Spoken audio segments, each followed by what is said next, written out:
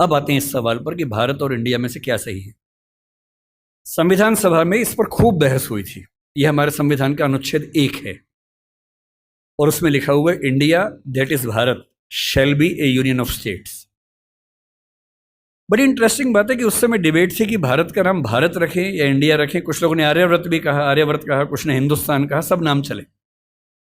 अंत में सहमति बनी कि नहीं, भारत और इंडिया ही ठीक है। नेहरू जी ने खुल के तो नहीं, पर नेहरू जी के पर्सपेक्टिव से जो बात वहां पर ज्यादा आई वो ये थी कि हमारे संविधान के बनने की प्रक्रिया में जो बहुत सारे एक्ट थे जो अंग्रेजों ने बनाए थे, जैसे इंडिया इंडिपेंडेंस एक्ट 1947 का है, 1935 का एक्ट था, उन सब में इंडिया का इस्तेमाल था।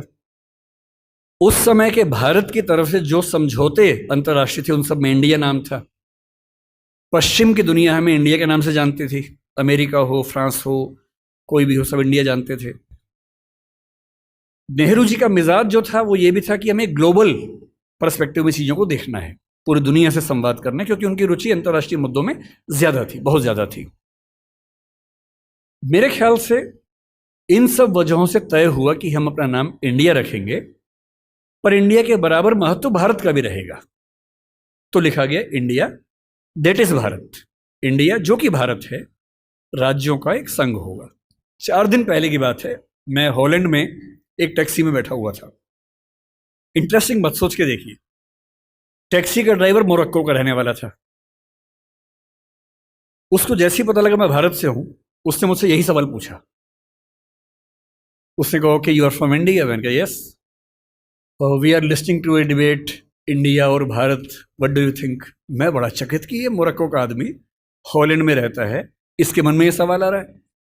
तो मैंने कहा कि ये तो राजनीतिक कारणों से हुआ है, लेकिन बात अपने आप में सही है।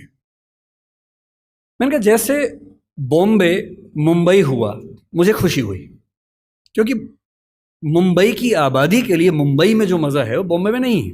बॉम्बे तो अंग्रेजों ने नाम दिया था। कोलकाता को कैलकाटा अंग्रेजों ने किया, तो बंगाल के लोगों ने कोलकाता कर दिया उसको। दिल्ली को दिल्ली के लोगों ने दिल्ली कर दिया, दिल्ली ही बना के रखा हुआ है, DILLI, ये होना चाहिए। काहे के दिल्ली भाई, हम क्यों दिल्ली बोलेंगे दिल्ली को? ये सारे तर्क अगर सही हैं, अगर बर्मा का नाम म्यांमार होना सही है क्योंकि उनकी जनता की आवाज तो म्यांमार में है, बर्मा में नहीं है। श्रीलंका और सीलोन की डिबेट में वो अपने आप को सीलोन ना मानना चाहे, श्रीलंका मानना चाहें, क्योंकि उनकी भाषा श्रीलंका बोलती है। तो मेरे मन में सवाल बड़ा साफ आता है कि भारत इंडिया क्यों होना चाहिए। मैं फिर स्पष्ट कर दूं, मैं सरकार के पक्ष में नहीं बोल रहा हूं, मुझे उनसे रत्ती भर मतलब नहीं। मैं एक विचार की बात कर रहा हूं। और मैं जब संविधान पढ़ाया करता था, अनुच्छेद 1 पढ़ाते हुए मैं हमेशा बोलता था कि मुझे चुभन होती है ये पढ़ते हुए कि इंडिया दैट इज भारत। दोनों ही लिखने थे तो भारत दैट इज इंडिया कर देते। अगर दोनों ही लिखने थे, ठीक है, दोनों रखें, क्या दिक्कत है। इंटरेस्टिंग बात इसके बाद है, मोरक्को के उस ड्राइवर ने उसके बाद पता क्या कहा, हिंदी में अगर बताऊं, बोले अच्छा अच्छा ये मामला है, अब समझ में आया। फिर बोले कि बड़ी इंटरेस्टिंग बात है, हमारा नाम मोरक्को पड़ गया फ्रेंच लोगों की वजह से। मोरक्को के लोग मोरक्को को मगरिब बोलते हैं। और जब मैं सऊदी अरबिया गया, सऊदी अरब के लोगों ने मुझसे पूछा कहां से आए हो, मैंने कहा मोरक्को। उन्होंने इस भाव से देखा कि मैं पागल हूं, बोले नहीं, मगरिब से आए हो।